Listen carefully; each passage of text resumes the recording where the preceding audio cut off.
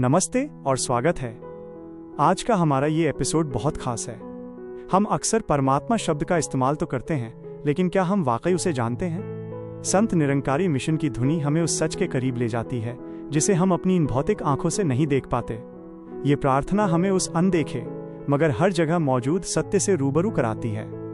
तो चलिए आज इस निराकार सत्ता के रहस्यों को थोड़ा और गहराई से समझते हैं। इस धुनी की हर एक पंक्ति ज्ञान का सागर है।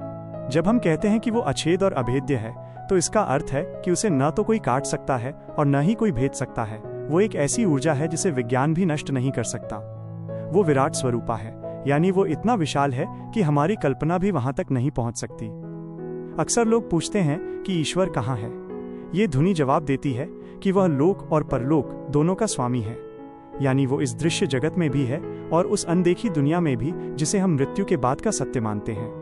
उसे सच्ची सरकार इसलिए कहा गया है क्योंकि इंसानी कानून और सरकारें बदल सकती हैं, पर उस निराकार का न्याय और नियम शाश्वत इटर्नल हैं। वो नारायण भी है और जगदीश्वर भी, जो ये सिद्ध करता है कि सारी मानवता का पिता एक ही है।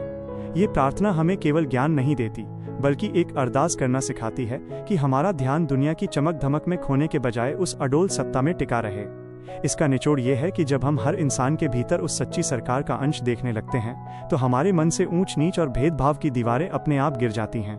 दोस्तों, इस धुनी को सुनना और समझना एक बात है, लेकिन इसे महसूस करना बिल्कुल अलग। कोशिश कीजिएगा कि आज जब आप किसी से मिलें, तो उसमें उसी निराकार प्रभु को देखें जिसका जिक्र हमने अभी किया।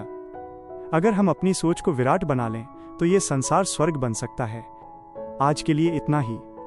अपने विचार और सुझाव हमें जरूर भेजें। खुश रहें, स्वस्थ रहें और उस निराकार के एहसास में रहें। शुक्रिया।